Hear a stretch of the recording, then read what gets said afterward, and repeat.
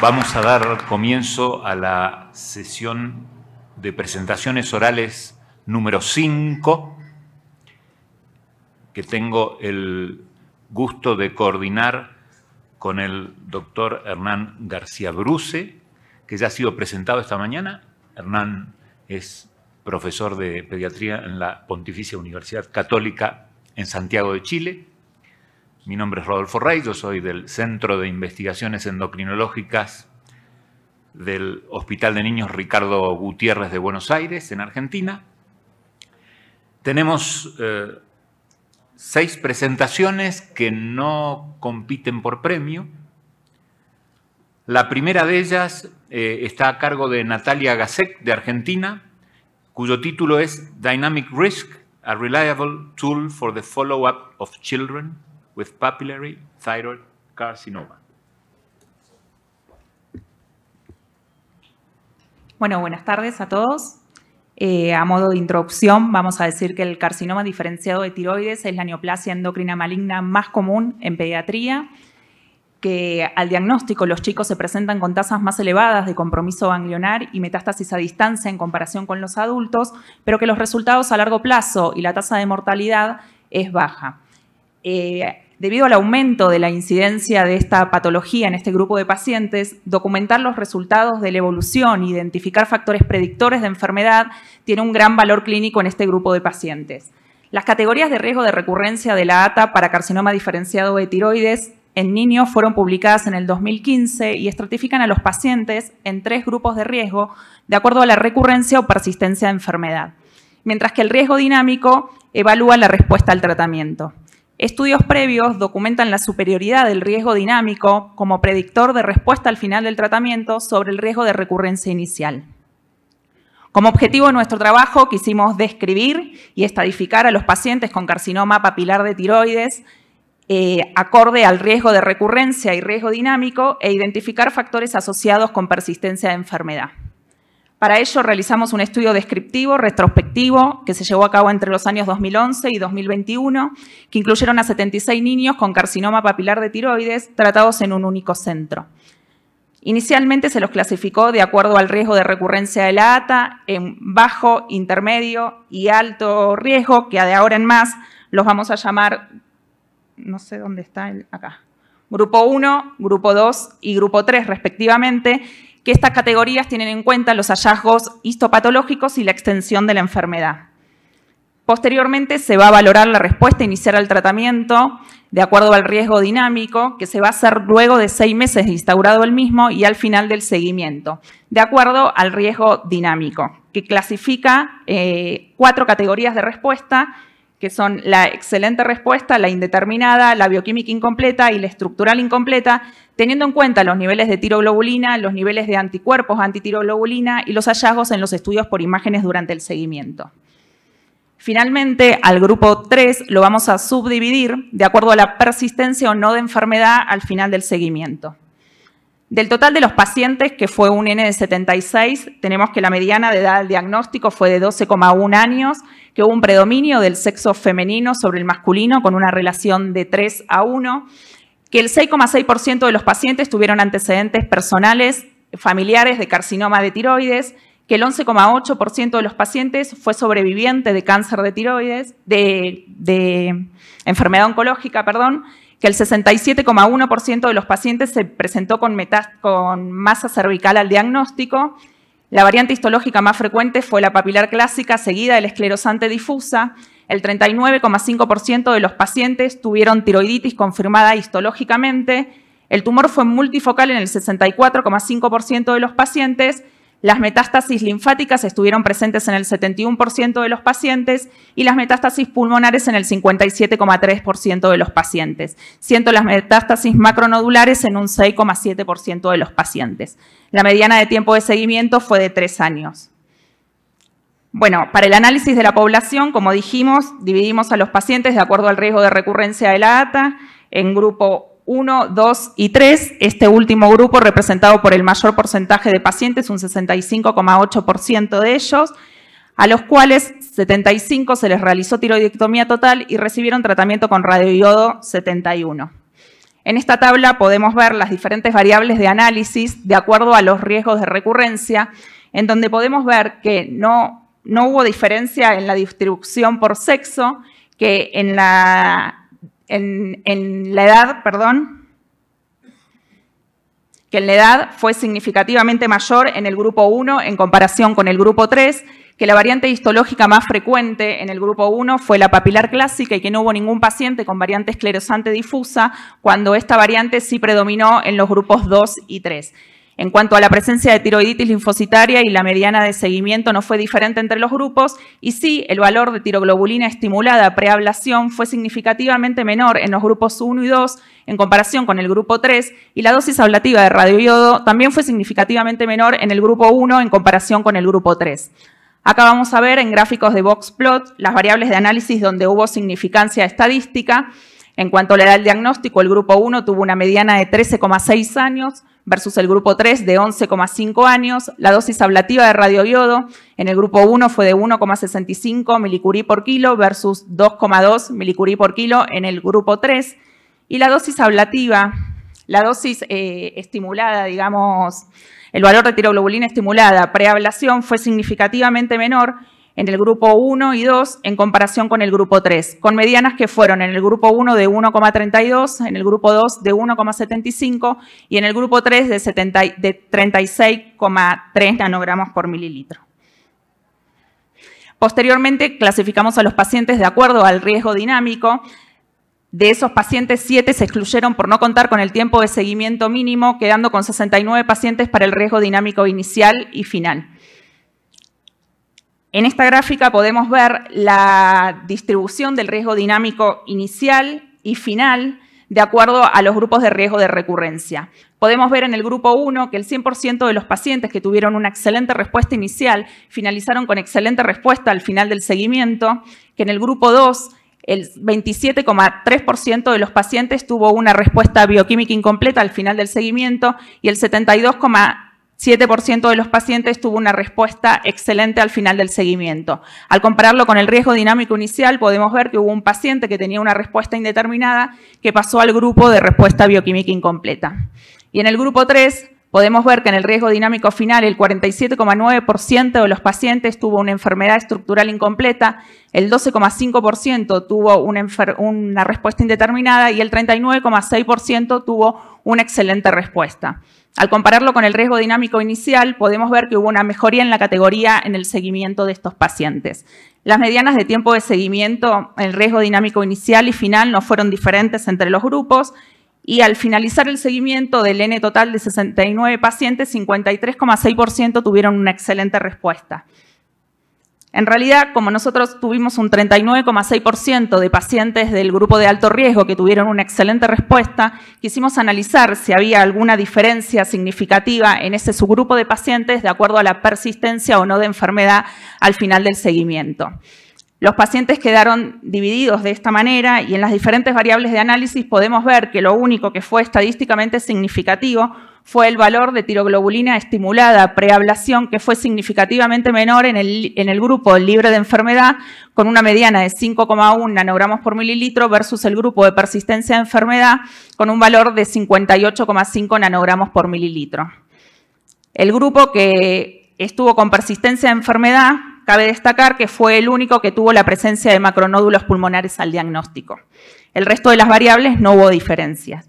Y posteriormente confeccionamos una curva de análisis ROC para valorar el valor de tiroglobulina estimulada preablación en el grupo 3 y observamos que un valor menor a 3,12 nanogramos por mililitro predice una excelente respuesta con una especificidad del 100% y una sensibilidad del 50%. Es decir, que el 100% de nuestros pacientes con persistencia de enfermedad tuvieron valor de tiroglobulina estimulada preablación mayor a 3,12 nanogramos por mililitro. Como conclusiones, podemos decir que al diagnóstico la mayoría de nuestros pacientes, un 65,8%, fueron categorizados en la categoría de alto riesgo de recurrencia, que dentro de este grupo de alto riesgo de recurrencia, estos pacientes presentaron una menor edad cronológica al diagnóstico y valores de tiroglobulina estimulada preablación que fueron significativamente mayores en este grupo en comparación con el grupo de bajo e intermedio riesgo, que todos los pacientes que tuvieron una excelente respuesta inicial finalizaron en la misma categoría al final del seguimiento y que fue importante destacar que el 39,6% de los pacientes de alto riesgo persistieron libres de enfermedad al final del seguimiento. Dentro de este grupo de alto riesgo, el subgrupo de pacientes con persistencia de enfermedad tuvo valores de tiroglobulina estimulada preablación significativamente mayor que el grupo libre de enfermedad y ninguno de los pacientes del subgrupo libre de enfermedad dentro del grupo de alto riesgo tuvo presencia de macronódulos pulmonares al diagnóstico. En el grupo de alto riesgo, un valor de tiroglobulina estimulada preablación menor o igual a 3,12 nanogramos por mililitro predice una excelente respuesta con una especificidad del 100% y una insensibilidad del 50%. Por lo tanto, podemos concluir que el riesgo dinámico fue una herramienta confiable y útil para el seguimiento de pacientes con carcinoma papilar de tiroides. Muchas gracias. Muchas gracias.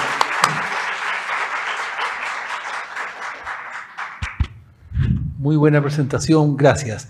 Veo que no tuvieron diferencia en la dosis de yodo en el grupo.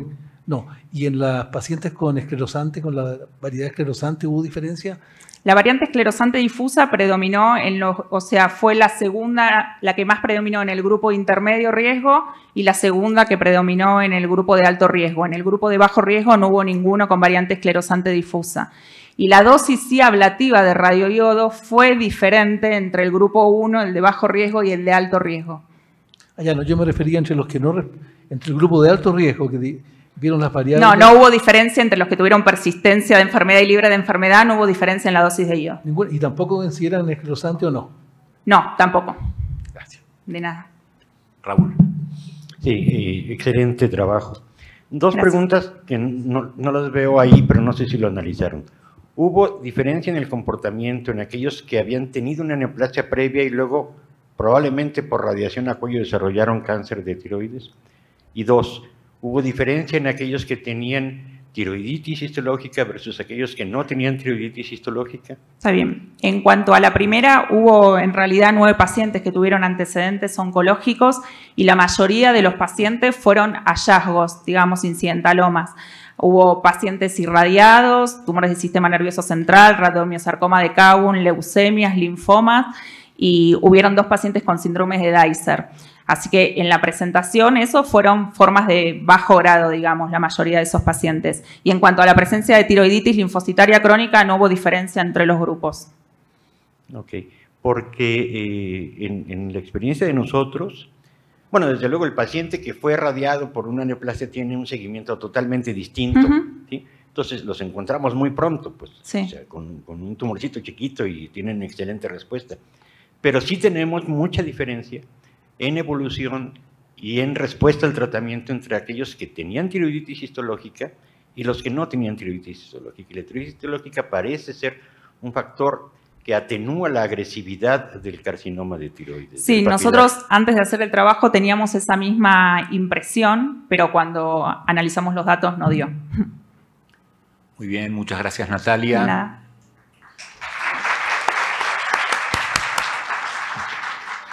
Ahora vamos a presentar el trabajo Multiple Genetic Diagnosis in Patients with Growth Disorders. Presenta Rosende Carneiro, de Brasil, o Raiza Carneiro Rosende, de Brasil. Boa tarde.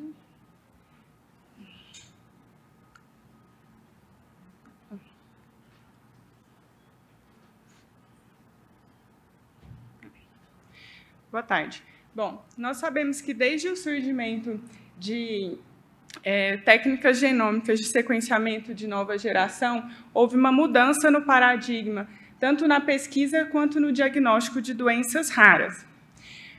Testes como o sequenciamento completo do exoma têm uma aplicabilidade na pesquisa, na descoberta de novos genes e, mais recentemente, tem sido uma ferramenta diagnóstica muito útil para avaliação de pacientes com quadros clínicos desafiadores, nos quais a gente não tem um gene candidato prévio.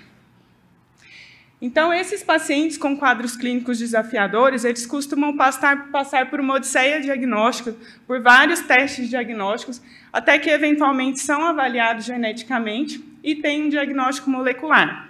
Mas, muitas vezes, o quadro clínico do paciente não é completamente explicado por esse resultado genético que ele apresentou. Então, nós costumamos justificar essa situação como uma expansão fenotípica ou um quadro clínico atípico. Mas nós devemos ter em mente que existe uma segunda justificativa, a possibilidade de que esse paciente apresente um diagnóstico genético múltiplo, que é quando o paciente apresenta mais de um diagnóstico genético decorrente de duas variações genéticas em locos diferentes que segregam independentemente.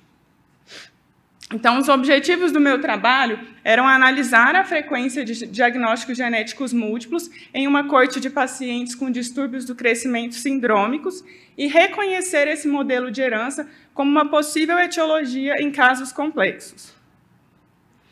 Então, nós selecionamos 167 pacientes com diagnósticos sindrômicos, com distúrbios sindrômicos do crescimento, que haviam sido avaliados com sequenciamento completo do exoma. Esses pacientes deveriam ter um Z-score de altura maior ou igual a +2 ou menor ou igual a -2 e características clínicas adicionais, como face dismórfica, malformações maiores ou atraso do desenvolvimento. E nós excluímos pacientes que todo o seu quadro clínico poderia ser justificado por uma única hipótese diagnóstica. Então, nós ficamos com 23 pacientes com alta estatura e 102 pacientes com baixa estatura. Dos pacientes com alta estatura, 16 deles tiveram resultado positivo com um único diagnóstico genético e 2 tinham mais de um diagnóstico genético.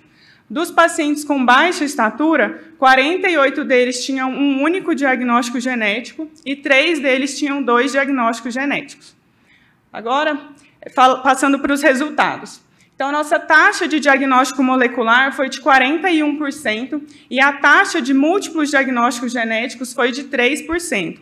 A proporção de múltiplos diagnósticos genéticos dentre os pacientes com resultados positivos foi de 7,2%. Com relação aos pacientes que tinham múltiplos diagnósticos genéticos, a frequência de consanguinidade foi de 20%, o modelo de herança mais frequente foi o de herança heterozigótica, com 80% dos achados, e o tipo de variante mais encontrado foi as variantes de ponto, também com 80% dos achados. Agora eu vou exemplificar alguns casos encontrados. O primeiro caso era de uma menina de 15,4 anos que apresentava uma alta estatura de início pré-natal e uma macrocefalia. E também tinha um histórico de hiperparatiroidismo e carcinoma medular de tireoide. Durante a investigação genética, nós encontramos uma variante patogênica no gene RET que justificaria o quadro com um quadro de neoplasia endócrina múltipla tipo 2A e, além disso, uma variante provavelmente patogênica no gene da fibrilina 1 que causa a síndrome de Marfan. O segundo paciente é um paciente de 16,5 anos, do sexo masculino, que tinha uma alta estatura, um pectus escavatum, uma cifose torácica, pé torto congênito e também tinha sinais de punho e polegar positivos. Mas, além disso, ele tinha uma perda auditiva neurosensorial. Tinha um histórico familiar de pai e irmãos também com alta estatura e pectus escavatum e um histórico na família materna de perda auditiva. Durante a avaliação genética, nós encontramos uma deleção em homozigose com perda desses 2 genes, que é classicamente descrita como associada à síndrome de surdez e infertilidade. E, além disso, também encontramos uma variante provavelmente patogênica no gene da fibrilina 1, causando um quadro de síndrome de Marfan. O terceiro paciente é um paciente de 9,1 anos, do sexo masculino, que tinha uma baixa estatura, dentes hipoplásicos, deficiência intelectual, atraso na fala e infecções recorrentes. Durante a avaliação laboratorial, nós vimos que ele tinha uma glicemia de jejum persistentemente alterada, uma hemoglobina glicada de 7,7, com anticorpos normais. E a mãe desse paciente também tinha um histórico de pré-diabetes.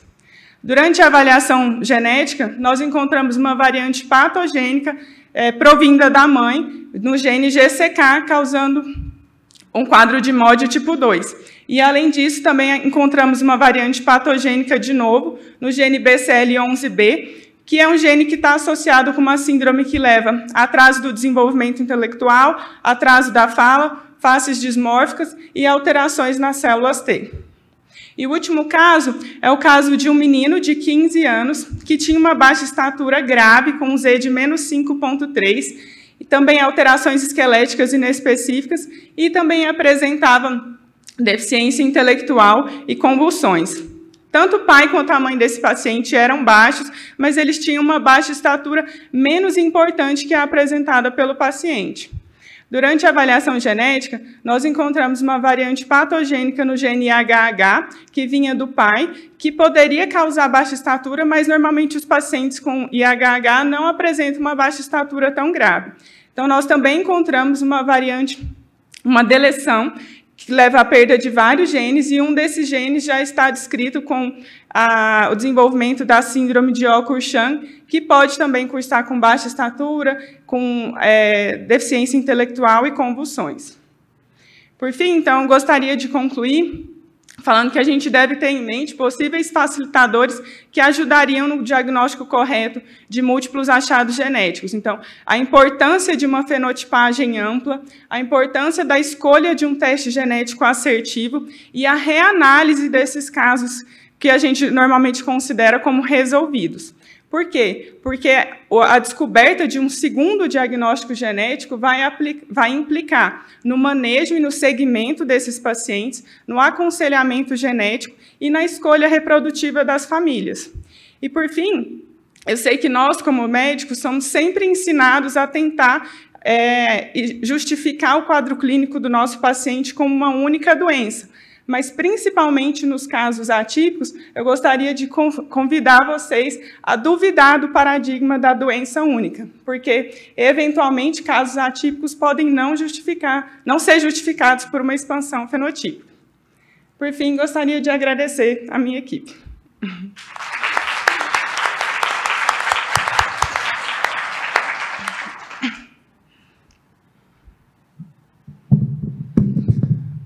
Hello, excellent work. Thank you very much. I would like to ask you if, when you have a syndrome that you don't know what syndrome is, because that's why you perform the studies, which is the first molecular test you perform? Is it NGS, or you perform an array first? And in this cohort, what you did? And the second question is, when you did the HPO to find out in those patients that had two diagnoses, did the HPO show the difference that you might be in front of two different syndromes? Posso responder em português? Yes. Bom, com os resultados e com o crescimento assim, das técnicas de exoma e do quanto eles estão mais baratos hoje em dia, e como hoje em dia a gente está vendo que o exoma também está sendo útil para poder avaliar variações de números de cópias, eu acho que seria mais interessante a gente iniciar com o exoma do que com o array. E a segunda pergunta, o senhor pode repetir, por favor? Yes, when you know that before doing NGS studies, we do the HPO with all the phenotype, and there you have the different possibilities of diagnosis and genes that might be affected. In the cohort of 3% that you had two diagnoses, did it show in the Barsome or whatever it is that you were probably in front of two diagnoses, or just only you get it with the result? Só após o resultado que a gente teve. Thank you. You're welcome. Thank you for your study. I was surprised related to the 42% of alteration detection in your molecular studies. And I was thinking, because you have 20% of consanguinity, but which is your interpretation about the high level of detection? O resultado de diagnóstico molecular positivo, na literatura, com exoma está descrito em torno de 20% a 60%. Então, o resultado de 40% estaria dentro do esperado. E a taxa de consanguinidade de 20% foi entre os pacientes que tinham múltiplos achados genéticos. Então, foram os 5 pacientes que tinham múltiplos achados genéticos, uma delas tinha um histórico de consanguinidade na família. O que é até um pouco abaixo do que é descrito na literatura para múltiplos achados genéticos. Vou mostrar. Gracias. ¿Y cuántos pacientes con talla alta salieron con examen normal? Posso voltar? Eu tenho anotado na minha apresentação, não lembro. ¿Cuántos normales y cuántos anormales? Quantos anormais? A gente tinha 26, acho que foi em torno de 13 que eram anormais. 10%? Ya. Vamos só confirmar, que eu não lembro de cabeça o número. Eram 16 que tiveram um diagnóstico genético e dois diagnósticos genéticos. Raíssa, parabéns. Você poderia só separar a taxa de positividade na alta estatura e na baixa estatura?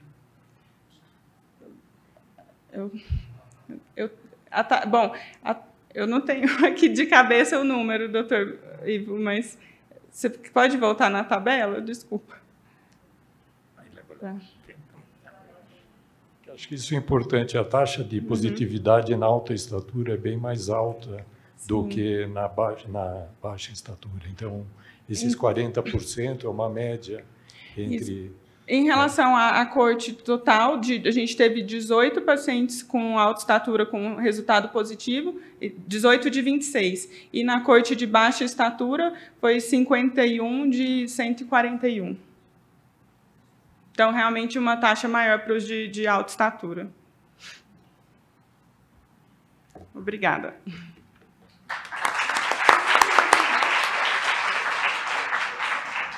El próximo trabajo está a cargo de Jualice Villalobos de Venezuela.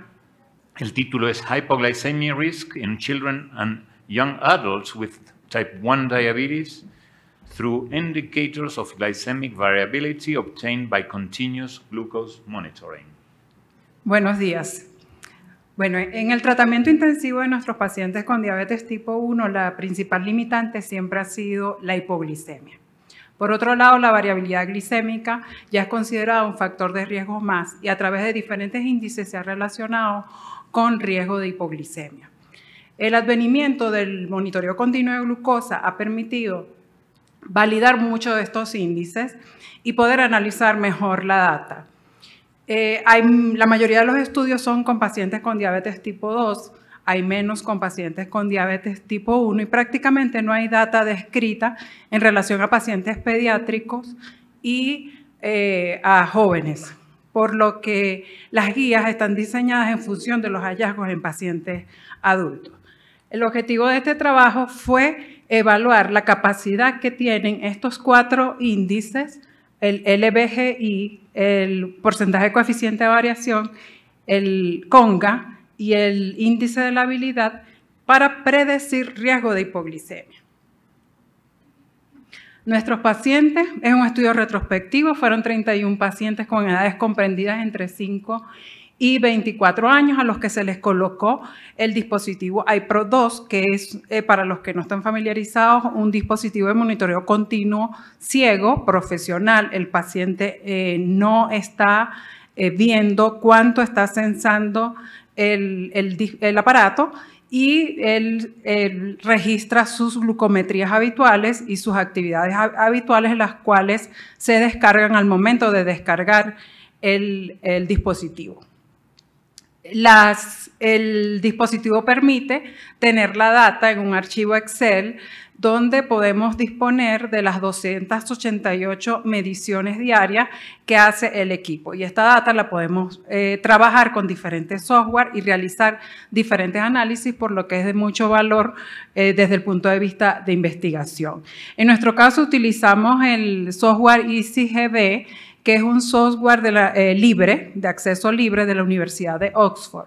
Y a través de él calculamos los diferentes índices y utilizamos para evaluar los pacientes y correlacionar aquellos pacientes que presentaban porcentaje de hipoglicemia de más de 4%, guiándonos por las recomendaciones de tiempos en rango de los diferentes consensos.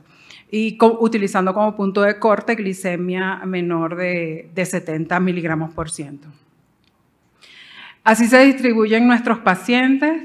La mayoría son del sexo femenino. El promedio de duración de la diabetes fue de 6,6 años, con un rango de 1 a 15 años de duración.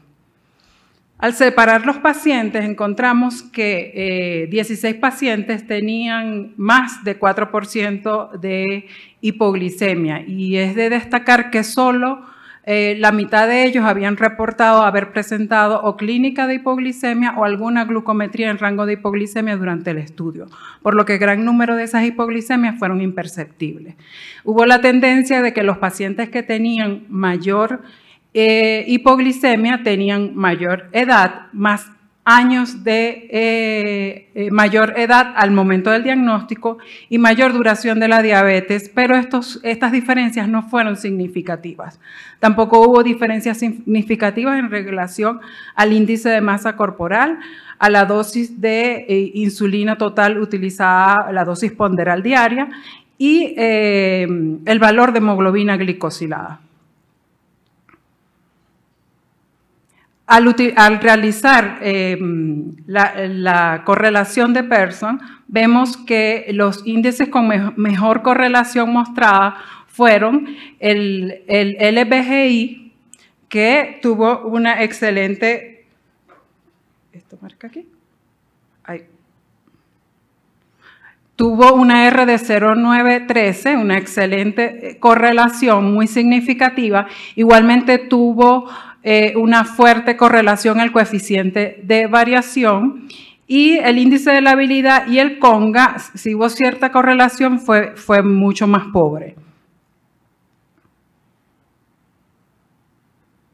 Al realizar el análisis de la curva de ROC, en primer lugar, el que tuvo mejor desempeño fue el coeficiente de variación en relación a área bajo la curva, con 0,97, revelando un punto de corte de 38% con una sensibilidad de 93% y una especificidad de 74%. Les recuerdo que el consenso y la Asociación Americana de Diabetes utiliza 36% de porcentaje de coeficiente de variación para hablar de diabetes inestable cuando es más de 36% y diabetes estable cuando es menos de 36%, para que nos pongamos un poquito en contexto.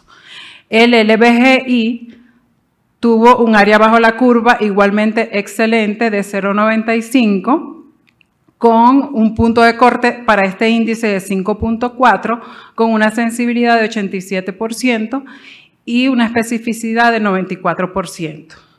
Los otros índices no tuvieron un buen comportamiento. Entonces, de esta manera nosotros podemos concluir que el coeficiente de variación utilizando un punto de corte de 38% y el LBGI usando un punto de corte de 5,4 son excelentes predictores de riesgo de tiempo en hipoglicemia mayor de 4%.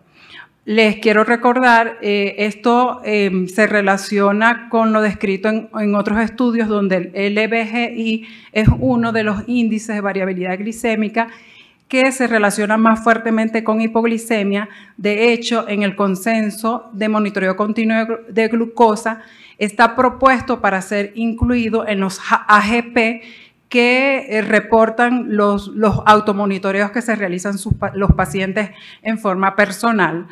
Todavía no está incluido, pero sí se puede ver el porcentaje de coeficiente de variación de manera rápida, ya que siempre está reportado y es bastante orientativo. Y esto es una muestra en el contexto de las edades con las que trabajamos.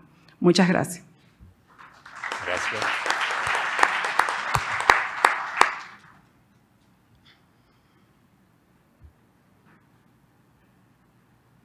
Muchas gracias, doctora, por el trabajo. Quería oír su opinión con este punto de corte de 38 para riesgo de hipoglicemia respecto a variabilidad y la meta que nosotros ponemos cuando tenemos, por ejemplo, pacientes con bomba y monitoreo continuo acoplado, de tratar de llevarlos a 36%, porque pensamos que ahí nosotros estamos disminuyendo toda nuestra variabilidad y, en cierta forma, protegiéndolos de hipoglicemia. Sí, realmente tenemos que valernos de muchas estrategias. Realmente pienso que el monitoreo continuo de glucosa nos ha abierto un panorama a entender muchas de las cosas que no veíamos antes. Vemos que tenemos que seguir trabajando y ver qué factores están influyendo en esa variabilidad glicémica, porque a veces son puntos muy sencillos por los que no estamos llegando a las metas. A veces decimos esa meta es imposible de llegar. Esas curvas ideales de tiempo en rango que se están logrando más con las bombas inteligentes, ¿ok? Pero no todos los pacientes tienen acceso a esas y en nuestros países todavía tenemos muchos pacientes con múltiples dosis. En esta muestra son 11 pacientes con bombas y el resto con múltiples dosis diarias. No hubo diferencias en el comportamiento de ambos. Ninguno de los dos tenía, o sea, a los dos se les colocó el monitoreo ciego, ¿ok? Entonces, a veces son pequeños cambios. Te pongo un ejemplo. Nosotros teníamos un paciente chiquitico de 7 años que estaba con un coeficiente de variación en 40% y al interrogar vimos que a la mamá le daba miedo aplicarle la insulina antes de comer y se la colocaba justo cuando ella había comenzado a comer. La instruimos para que la colocara 15 minutos antes y el coeficiente de variación bajó a 35%. Entonces, a veces son cosas pequeñitas que lo que tenemos es que, bueno, meterle el ojo e ir evaluando. Pero sin hipoglicemia, por ejemplo. Sí estaba haciendo hipoglicemias tardías, postprandiales a las 3 horas. Sí. Okay. Hacía una hiperglicemia temprana, ¿ok? Y hacía hipoglicemia tardía. Al hacer el cambio del ajuste de dosis, esa amplitud se acortó y se corrió, pues, inmediatamente, ¿no? De verdad que fue muy demostrativo. Tengo las láminas en mi celular, las puedo compartir con mucho gusto. Gracias. Buenas tardes, doctora. Felicito mucho su exposición, bien interesante. Mi pregunta iba, uno, por la variabilidad que ya Camila me adelantó, y lo otro es que en mi país, de Perú, nosotros tenemos más las hipoglicemias en los niños pequeños. Entonces, tratamos de conservar la variabilidad en 36%. Pero usted nos comenta que ha tenido mayor tema de hipoglucemia en los niños mayores, ¿no? Porque veo que de 5 a 26 ha sido su data. Y entonces la pregunta era si ha tenido un crossover con el tema de la nutrición. A nosotros nos pasa que los chicos adolescentes comienzan o intentan hacer dietas de low carb o cetóxicas porque quieren tener otros objetivos en el peso, y entonces eso comienza a marcar sus hipoglucemias, o comienzan a hacer en la adolescencia más ejercicio y también no modulan sus pautas de insulina, y entonces eso también hace más hipoglucemia. En la data de ustedes que han encontrado mayor hipoglucemia en los adolescentes, ¿ha habido un crossover con esta variable?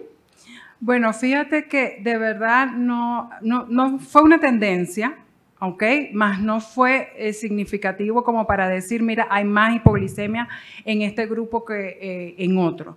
Nosotros estamos analizando varios índices. De hecho, tenemos un estudio previo ya publicado donde trabajamos con MOD y MAGE, Y bueno, estamos, como te digo, tenemos muy pocos datos en niños y nos toca seguir analizando, pero la diferencia no fue significativa.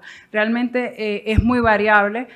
Nosotros tenemos un 25% de niños que debutan siendo menores de 5 años. ¿Ok?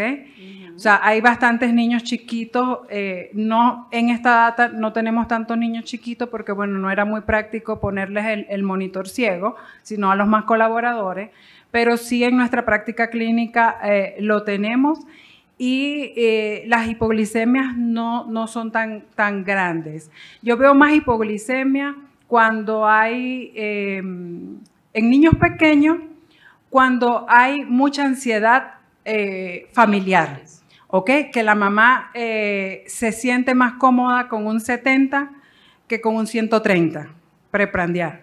Entonces, por supuesto, los entrenamos en conteo de carbohidratos, usan sus monitores, etcétera, pero a veces incluso la tecnología les sobrecarga la información que reciben y tenemos que trabajarlo. Tratemos de concretar las preguntas y respuestas porque se nos está yendo el tiempo. Tratamos de trabajarlos con psicología, ¿no? Pero de verdad que es muy variable, muy individual. No veo una tendencia como tal. Muchas gracias, doctora. A ver, le voy a hacer un comentario y una pregunta. Están analizando la hemoglobina glucosilada como si fuera una variable continua y la hemoglobina glucosilada no es una variable continua. Tiene, de hecho, un comportamiento semilogarítmico. Entonces, que no haya salido significativo y es porque el análisis no está hecho con el método correcto. Y dos, están considerando hipoglucemia cuando el sensor les marca menos de 70. El sensor, con respecto a la glucosa en capilar, tiene un valor de 10, 15, a veces hasta 20 o 25 inferior a lo que en realidad tiene el paciente. Y esto explica por qué los pacientes pueden estar asintomáticos con un sensor que dice que tiene hipoglucemia.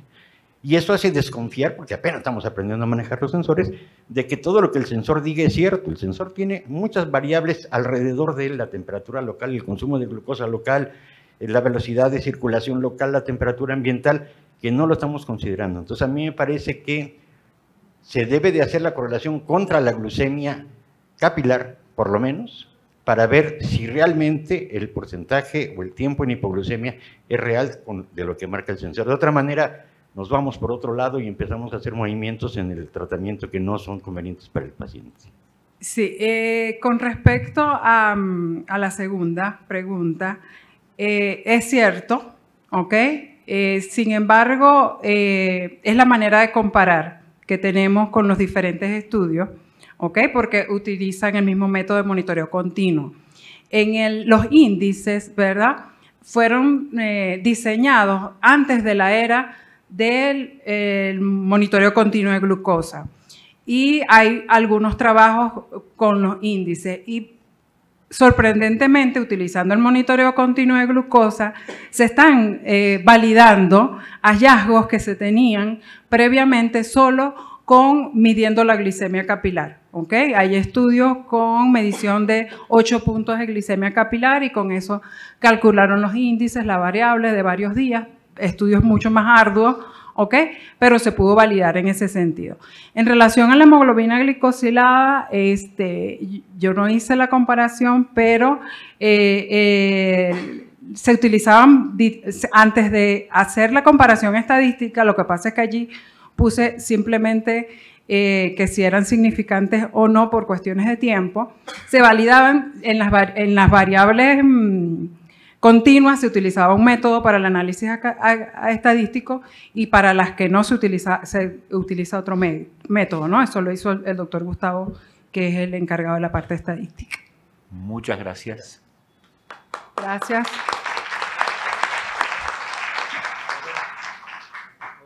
Haremos el trabajo Growth Without Growth Hormone Replacement in Patients with Congenital Hypopituitarism, a glimpse from the exome. Presenta Tessa Sasson, Brasil. Obrigada. Bom dia a todos. Agradeço primeiramente a oportunidade de trazer esse trabalho aqui para vocês hoje. Não tenho nenhum conflito de interesse. Bom, então, para começarmos, sabemos, já é bem estabelecido na literatura, o papel do eixo GH e GF1 funcionante no crescimento adequado, no crescimento linear adequado. Entretanto, desde a década de 1960, já foram relatados alguns casos de pacientes com deficiência do hormônio de crescimento que, sem a reposição desse hormônio, apresentaram um crescimento adequado ou até uma velocidade de crescimento um pouco acelerada num período. Então, isso foi descrito como uma síndrome. Então, Growth Without Growth Hormone Syndrome, na década de 1960, com um relato dos primeiros casos em paciente pós-ressecção de craniofaringioma e também em pacientes com outros tumores hipotalâmicos. Além disso, já foram descritos posteriormente casos em pacientes com displasia septo-óptica, célula vazia, síndrome da haste interrompida, haste hipofisária interrompida, e pacientes também com deficiência hipofisária hormonal múltipla idiopática, inclusive um caso com uma variante alélica patogênica no gene do PROP1. Mas o mecanismo por detrás dessa síndrome, que causaria essa síndrome, ainda não foi detectado e esclarecido. Mas, durante esses anos, alguns mecanismos foram propostos, como uma hiperinsulinemia induzida pela obesidade, hiperprolactinemia, por ação da leptina, ou até por outros fatores de crescimento que estariam envolvidos no eixo GH e GF1, porém sem relação direta com a ação do GH. Mas nenhum deles ainda foi comprovado. Então, nós trazemos no nosso trabalho o uso do exoma, se ele poderia nos auxiliar a desvendar a causa desse crescimento sem reposição hormonal. Então, os nossos objetivos incluem caracterização de 8 pacientes com deficiência hipofisária hormonal múltipla congênita que alcançaram um crescimento adequado sem a reposição do hormônio de crescimento. E o outro objetivo de realizar o sequenciamento por exoma para investigar causas plausíveis para esse crescimento. Então, no nosso ambulatório de hipopituitarismo da Unidade de Endocrinologia do Desenvolvimento do Hospital das Clínicas de São Paulo, avaliamos 279 pacientes com a deficiência do hormônio de crescimento ou uma deficiência múltipla confirmada, e desses 222 pacientes que alcançaram a estatura adulta final. Nos critérios de inclusão, selecionamos 8 pacientes que alcançaram esse crescimento adequado sem a reposição do hormônio de crescimento. O sequenciamento do exoma foi realizado pelo CELA, que é o laboratório da Faculdade de Medicina da USP, que realiza os sequenciamentos, e uma parte deles realizado pela Universidade de Michigan, através da doutora Sally Kemper. Nós separamos, então, amostras de DNA genômico desses 8 pacientes e realizamos o exoma através da plataforma Illumina e procuramos por variantes com uma MAF menor do que 1%, em regiões de exons e de splicing, através desses bancos de dados. Então, avaliamos 37 genes relacionados ao hipopituitarismo e 35 genes relacionados à alta estatura. Os nossos pacientes, então, desse estudo, 50% era do gênero feminino e 50% masculino. Eles procuraram o nosso atendimento numa primeira consulta entre a idade de 19 e 41 anos, e todos com uma queixa inicial relacionados a hipogonadismo hipogonadotrófico. Então, seja amenorreia primária ou algum atraso na puberdade. Em relação à estatura, essa tabela consegue mostrar para vocês que os pacientes, nenhum deles realmente tinha uma baixa estatura na altura final, e um deles, inclusive, tinha uma alta estatura, que esse paciente, inclusive, tem alterações ao exame físico, com uma escoliose evidente, deformidades de mãos e pés, e, apesar de uma idade óssea de mãos e punhos fechadas, a presença da linha de Risser na radiografia, ainda aberta na radiografia de bacia. Em relação ao IMC, nenhum desses pacientes apresentava obesidade, apenas um com sobrepeso.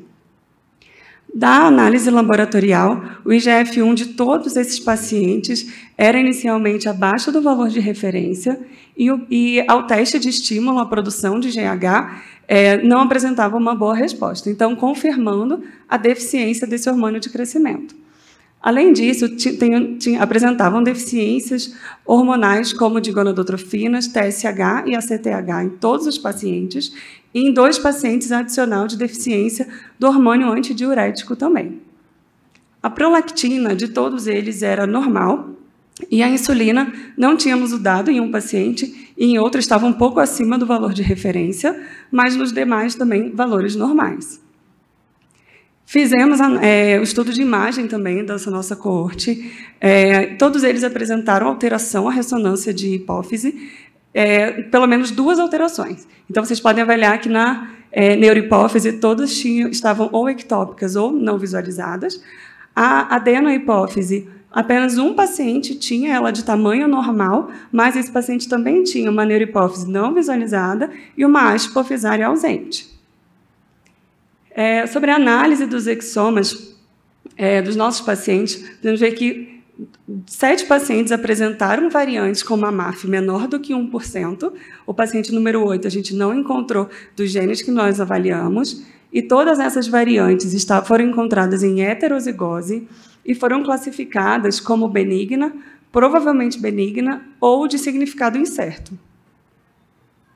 Então, podemos concluir com esse presente estudo de que a síndrome do crescimento sem o hormônio do crescimento foi encontrado também na nossa coorte em pacientes com hipopituitarismo congênito. A prolactina, a insulina e a obesidade não podem ser indicadas como uma provável causa no nosso estudo, já que os pacientes não apresentavam hiperprolactinemia, só um apresentava alteração de insulina e nenhum tinha obesidade. E o exoma, na nossa análise, direcionado para genes de hipopituitarismo e alta estatura, na nossa casuística, não identificou uma variante patogênica que pudesse justificar esse crescimento. E, claro, que outras abordagens agora precisam ser exploradas na nossa coorte, a fim de tentar encontrar alguma justificativa para isso. Então, eu gostaria de agradecer à doutora Berenice e ao doutor Ivo, que acompanharam esses pacientes desde o início, aos alunos da doutora Luciane Carvalho, do grupo da qual faço parte, e a equipe da Sally Kemper, que nos ajudou com a realização de alguns dos exomas. Obrigada.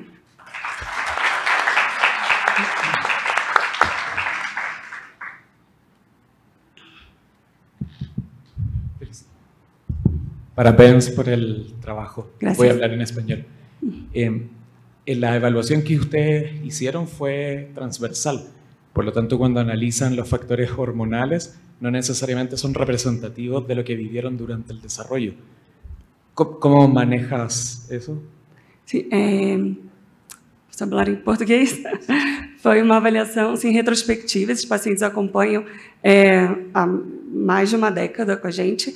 Iniciaram o acompanhamento com 19, 41 anos, como eu disse, mas alguns já têm até 70 anos, então já tem bastante tempo que acompanha. Então, foi uma análise retrospectiva dos dados em prontuário desses pacientes. Então, claro que terão algumas deficiências, de, como eu disse, faltou um dado da insulina inicial, nem todos temos alguns dados da história familiar, mas com esses dados que a gente teve, de um estudo retrospectivo, sim, conseguimos, foram esses dados que nós conseguimos trabalhar.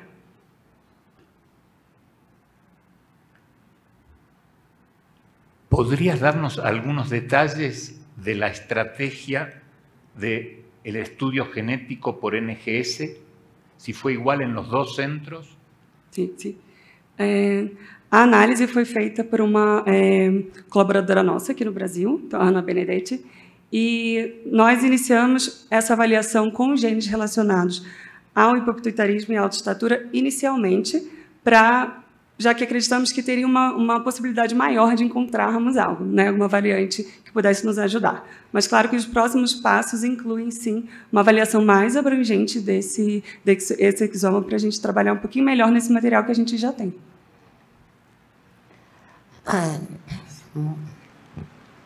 Very interesting your work. I wanted to ask you if you are thinking to perform methyloma studies. Desculpa, não compreendi. ¿Puede hablar más alto y despacio?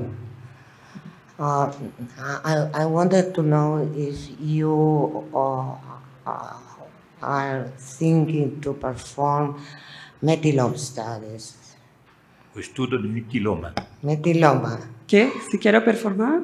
Si vocês pensam Metiloma. fazer estudo... Sí, sí. Sí, es algo que estamos sí discutiendo, pero primero vamos a terminar de analizar nuestros exomas por completo para así partir para otras abordajes y está así en nuestro objetivo de analizar el metiloma. Sí. ¿Tengo tiempo?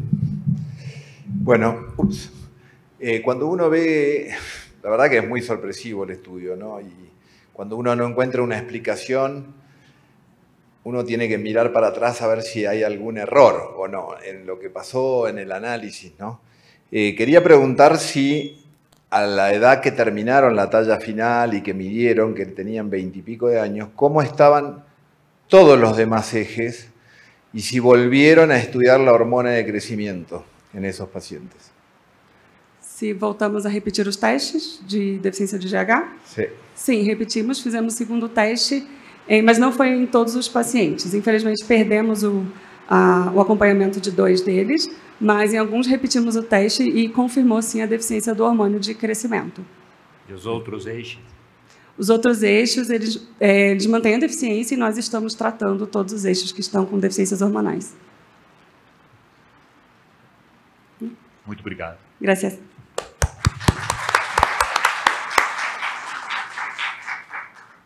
El próximo trabajo lo va a presentar nuestra presidenta del Congreso, Camila Céspedes, de Colombia, Evaluation of Quality of Life in Children and Adolescents with Type 1 Diabetes in 2 health institutions in Bogotá, Colombia. Muchas gracias. Lo presento yo porque lamentablemente nuestra residente no pudo viajar desde su ciudad de origen. Les voy a presentar un trabajo de evaluación de calidad de vida en pacientes diabéticos en 2 instituciones en Bogotá, Colombia. Esta fue la tesis de grado de pediatría de la residente María Isabel García. Mi nombre es Camila Céspedes y estos son los autores. Pertenecemos a la Pontificia Universidad Javeriana, al Hospital San Ignacio y a Endociencia. Como todos ustedes saben, la diabetes mellitus tipo 1 es una de las enfermedades crónicas más prevalentes en pediatría y no contamos con datos ni locales ni nacionales de calidad de vida en niños y en adolescentes. El objetivo del estudio fue evaluar esta calidad de vida en pacientes diabéticos menores de 18 años. En la ciudad de Bogotá, se trató de un estudio observacional, transversal, en 2 instituciones, San Ignacio y Endociencia, en niños menores de 18 años con diabetes tipo 1, con los siguientes criterios de inclusión. Tener más de 6 meses de evolución de diabetes, estar entre los 2 y los 18 años y tener habilidades digitales, capacidad de conexión a Internet y WhatsApp y que aceptaran participar. Esto porque este estudio lo realizamos básicamente en la pandemia, estábamos encerrados y todo lo hicimos de manera virtual. Los criterios de exclusión, pacientes que tuvieran alteraciones sensoriales, cognitivas, físicas y que fueran debut de diabetes. Como herramientas para medir calidad de vida utilizamos la encuesta de PETS Quality of Life 4 y su módulo de diabetes 3.2. ¿Cómo lo hicimos? Durante la consulta médica, los médicos tratantes invitábamos a la familia a participar. Aquellos que aceptaron participar eran contactados por María Isabel por una llamada, quien explicaba cómo iba a ser el procedimiento y a quienes aceptaban les envió el consentimiento informado. Registramos los datos sociodemográficos y todos los resultados de las variables de los dominios de las encuestas en REDCap e hicimos el análisis estadístico con Stata versión 17. Para los que no están muy familiarizados con estas encuestas, la encuesta general de calidad de vida 4 tiene 4 dominios, uno global, en que preguntan de forma rara vez, nunca, muy frecuente, todo el tiempo, y esto se convierte en un valor numérico que va de 0 a 100. Mejor calidad de vida, entre más grande es el número. Y lo mismo parecido para la de 3.2, que utiliza una escala de Likert.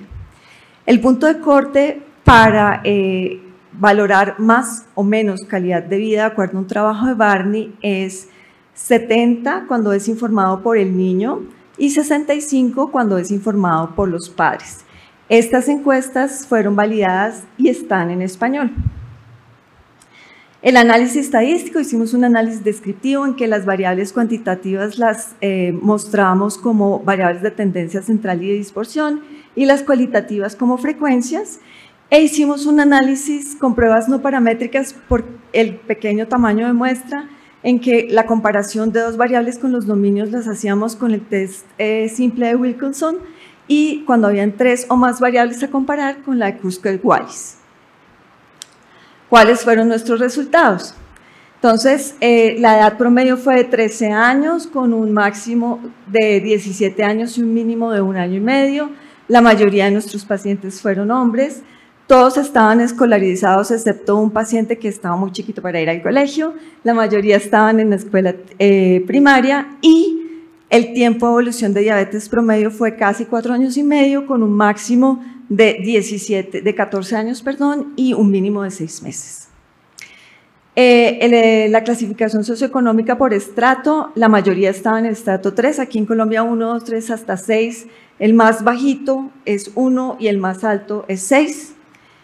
La clasificación nutricional, la mayoría de los pacientes se encontraban eutróficos. Y vamos a mirar resultados. Quiero que nos fijemos en la columna de los promedios. Este es el resultado de la escala general global de PET Quality 4, en el que el aspecto más afectado respecto a niños en la población general fue el emocional. En el general del módulo de diabetes, quiero otra vez que nos fijemos en el promedio, los más afectados fueron los de barreras y preocupaciones. Queriendo contarles que barreras significa en esta encuesta miedo a ponerse las inyecciones, miedo a hacerse las glucometrías, miedo a hablar con los papás y discusiones con los papás y los cuidadores sobre el control de la diabetes, y las preocupaciones sobre la hiperglicemia, la hipoglicemia, posibilidad de fallecer y posibilidad de daño de órgano blanco.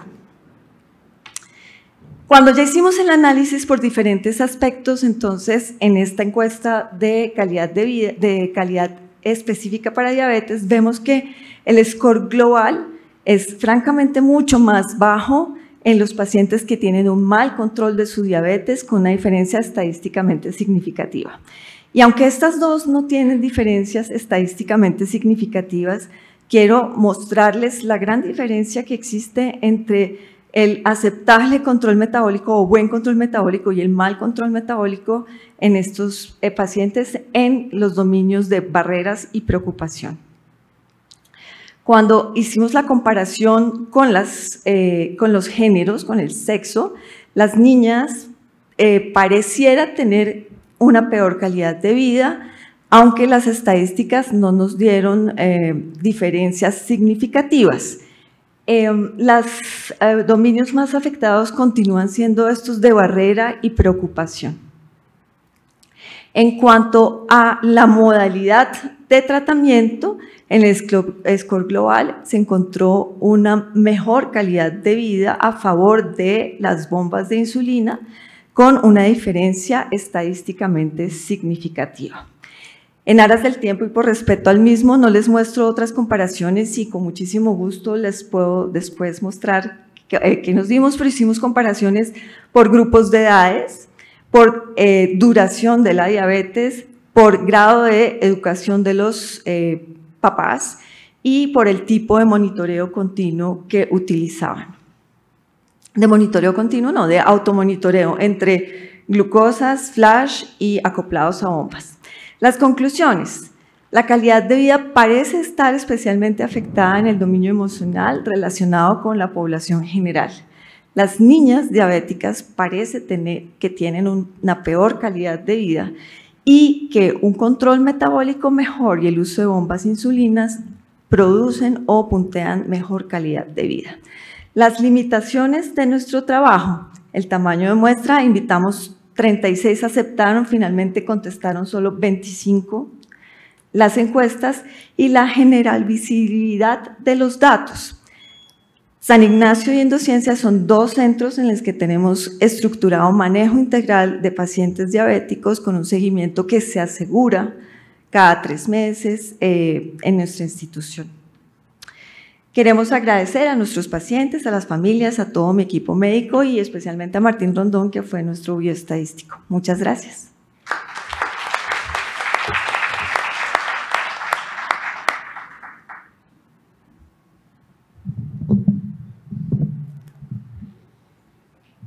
Sí, Camila, felicidades. Una pregunta, ¿no hicieron análisis por conglomerados? Porque cuando uno analiza la variable solita, a veces dice poco. Yo creo que valdría la pena que hicieran conglomerados para tratar de ver qué asociaciones son las que están relacionadas con una mejor o una mayor calidad de vida. A veces puede ser que los que tienen bomba tienen mejor nivel económico y tienen mayor nivel educativo y tienen menos tiempo de evolución y concluimos que la bomba es el factor, cuando no es la bomba. Entonces, creo que valdría mucho la pena que hicieran análisis por conglomerados para poder evaluar efectivamente en dónde hay que intervenir, porque la idea de esto es poder intervenir finalmente. Sí, muchas gracias por la sugerencia. La limitante grande es que el número de pacientes es pequeño. Entonces, en la medida en que la muestra es pequeña, el poder hacer subanálisis hace que perdamos muchísimo poder. Entonces, para no perder tanto poder, este fue como lo que alcanzamos a hacer y por eso aplicamos estas pruebas no paramétricas. Camila, también te felicito mucho por el trabajo. Nosotros tenemos un trabajo que hicimos en Perú para la ISPA de hace 2 años, que evaluamos también una corte como la que tienes. Nosotros tuvimos 40 pacientes. Esto es más un comentario porque me ha parecido que los resultados que tuvimos han sido muy parecidos. Nosotros también encontramos una peor calidad de vida en las mujeres, pero algo que nos ayudó este año en relación al trabajo que hicimos fue que encontramos una menor calidad de vida en los padres en relación a los niños frente al manejo de la diabetes.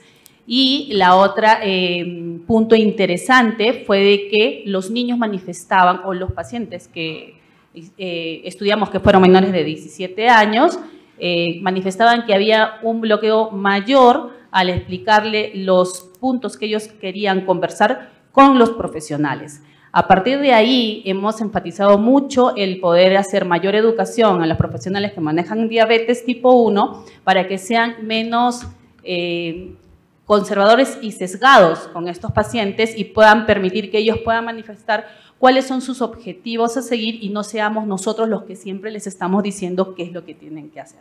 Así que te felicito mucho por el trabajo. Quería compartirte el comentario. Gracias. Te lo agradezco mucho. Y a partir de ese comentario, yo hago esto cortico, es la razón, lo que tú dices que es muy llamativo, es que generalmente los papás puntúan peor la calidad de vida que los niños sobre un mismo ítem.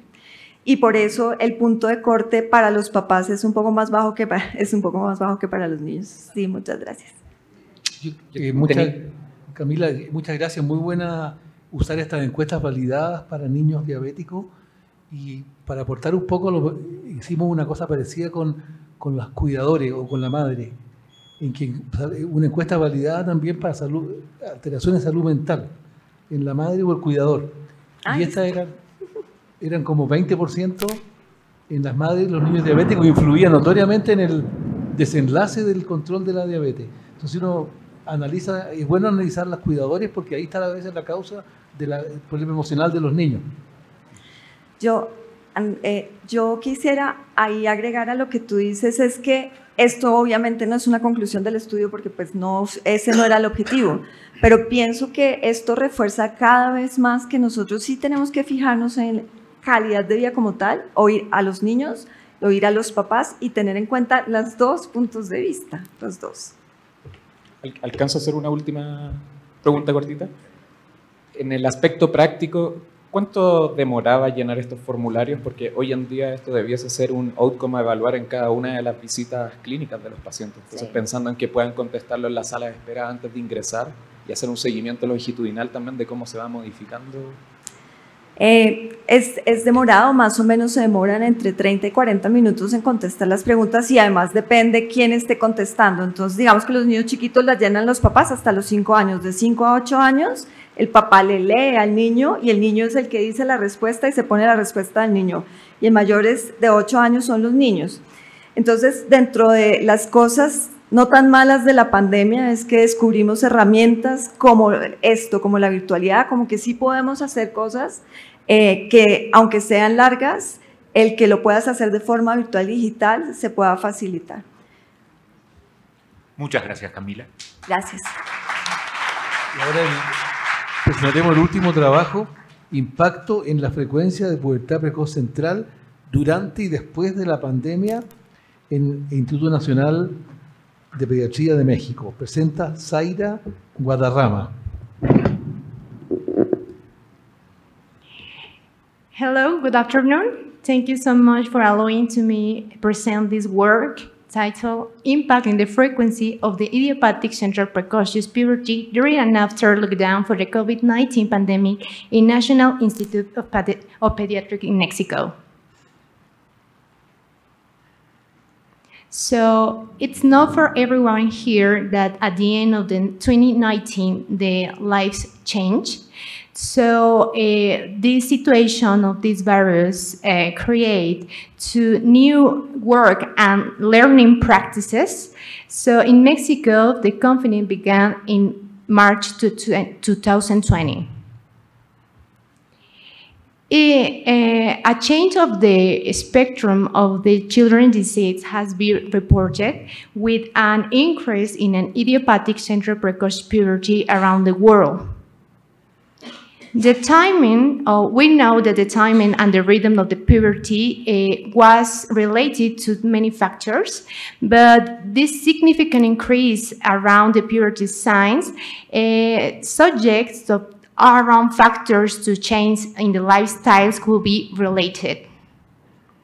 The objectives of this study were evaluate the frequency of the newly diagnosed idiopathic central precocious puberty during and after to the COVID-19 lockdown in the National Institute of Pediatrics and compare with the previous 4 years. We compare anthropometric, clinical, laboratory, and radiologic data and evaluate the lifestyle change, specifically electronic device, activity, and sleep hours. So the inclusion criteria were patient diagnosis for the first time to January 2016 and May 2022. Males younger than 8 years, females, and male younger than 9 years, females and males with a ternary stage equal or greater than 2, and LH equal or greater than 0.3 units per liter. The patients with purer things but LH less 0.3 was to analog G and RH stimulating tested was performed. So was positive with at LH equal or greater than 5 units per liter as 4 hours after. So the exclusion criteria were another forms to puberty, abnormal in the resonance, and endocrinal or another disease. We evaluate height, weight, body mass index, and physical exam and toners stage, and the bone was aged with a Greenwich Empire method, and biochemistry studies were measured in Hormones Laboratory of Institute. The subjects were divided in 2 groups. Group 1, the pre-pandemic, that is the January 2016 to February 2020, and the group 2, the pandemic, what is in March 2020 to May 2022.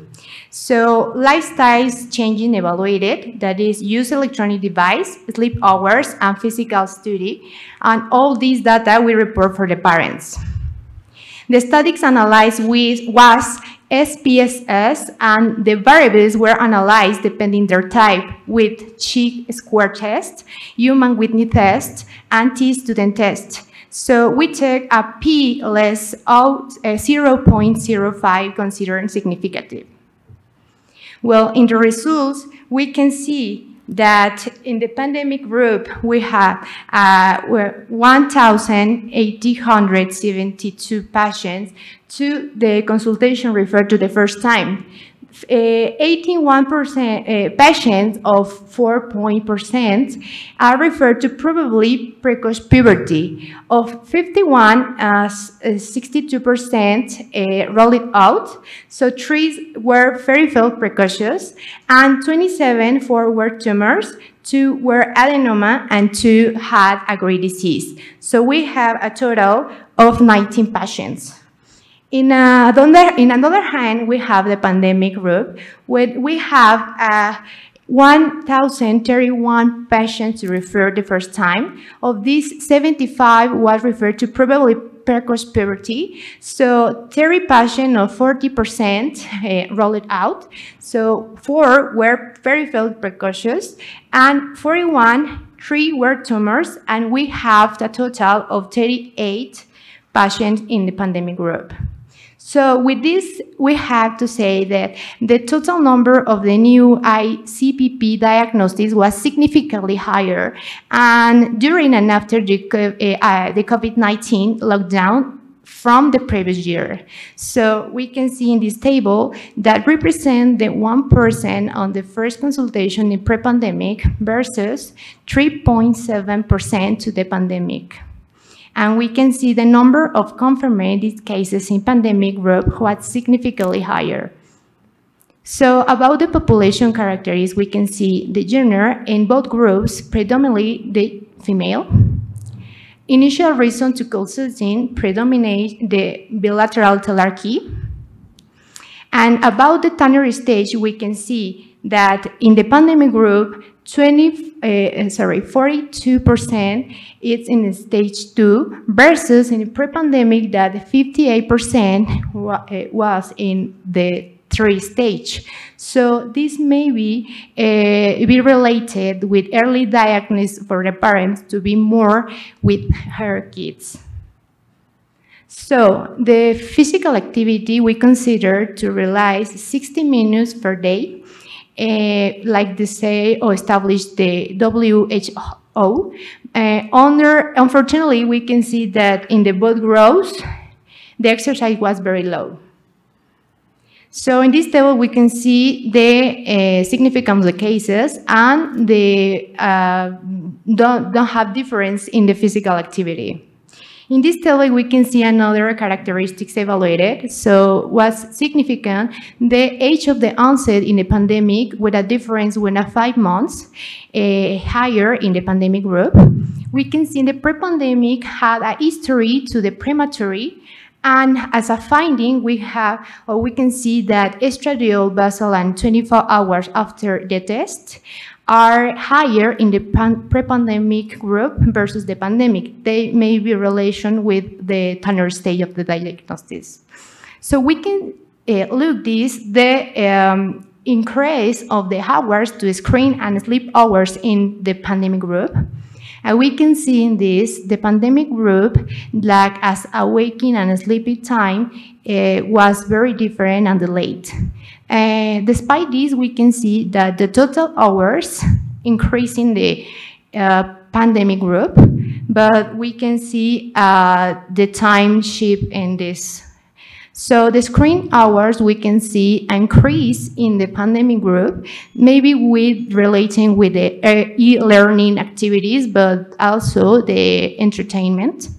And the conclusion are a significant higher incidence of the new diagnosis with ICPP was observed in the National Institute of Pediatricians during and after the COVID-19 lockdown, compared to the 4 previous years.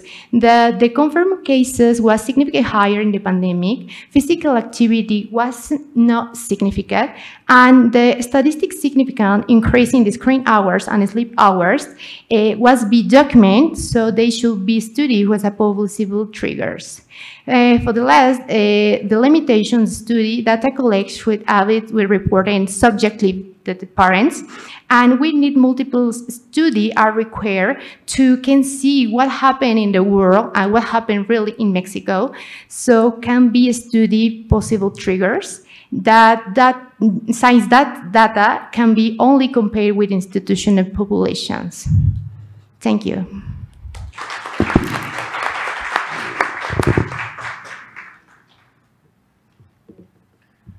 Mientras va la doctora Gringarten, allí voy a hacer una preguntita. Zaira, ustedes la conclusión efectivamente, correctamente, es que tuvieron mayor incidencia de diagnóstico en el servicio. Así es. La pregunta mía es, ¿mayor diagnóstico puede querer decir mayor incidencia de la condición o mayor consulta?